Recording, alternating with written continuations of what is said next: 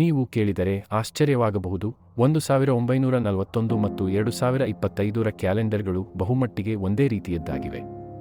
2 ವರ್ಷಗಳು ಬುಧವಾರದಿಂದ ಪ್ರಾರಂಭವಾಗುತ್ತವೆ ಮತ್ತು ಲೀಪ್ ಇಯರ್ಗಳು ಅಲ್ಲ.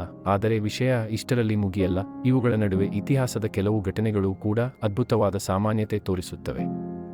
1941ರಲ್ಲಿ ಜಗತ್ತು ಭಯಾನಕ ತಿರುವುಗಳನ್ನು ಕಂಡಿತು. ಜರ್ಮನಿ ರಷ್ಯಾ ಮೇಲೆ ದಾಳಿ ಮಾಡಿತು. ಜಪಾನ್ ಪೆರ್ಲ್ ಹಾರ್ಬರ್ ಮೇಲೆ ದಾಳಿ ಮಾಡಿತು.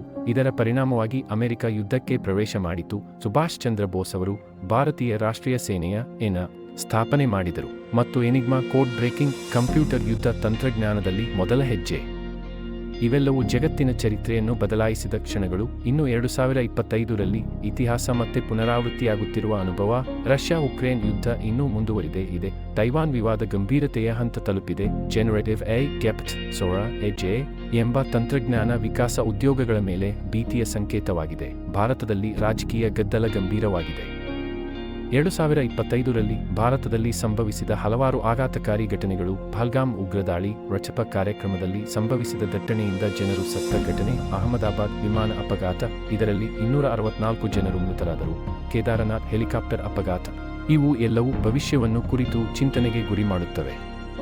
1941ರಂತೆ ಈಗಲೂ ಜಗತ್ತಿನಲ್ಲಿ ಗಂಭೀರವಾದ ಬದಲಾವಣೆಗಳು ನಡೆಯುತ್ತಿವೆ.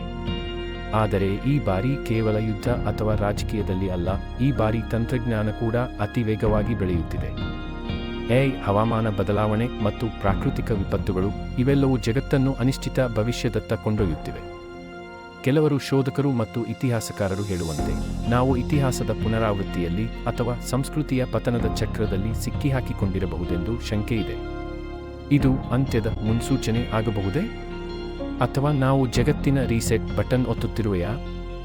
ಲಕ್ಷಣಗಳು ಎಲ್ಲೆಡೆಯಲ್ಲೂ ಸ್ಪಷ್ಟವಾಗಿವೆ. ನೋಡಲು ಮಾತ್ರ ಧೈರ್ಯ ಬೇಕು. ಇವೆಲ್ಲವನ್ನೂ ತಿಳಿದುಕೊಳ್ಳಲು ವಿಡಿಯೋವನ್ನು ಕೊನೆವರೆಗೆ ನೋಡಿ. ಇಂತಹ ವೈಜ್ಞಾನಿಕ, ಐತಿಹಾಸಿಕ ಮತ್ತು AI ಸುದ್ದಿಗಳಿಗೆ ನ್ಯೂರೋ ಕನ್ನಡ ಚಾನೆಲ್ಗೆ ಸಬ್ಸ್ಕ್ರೈಬ್ ಮಾಡಿ.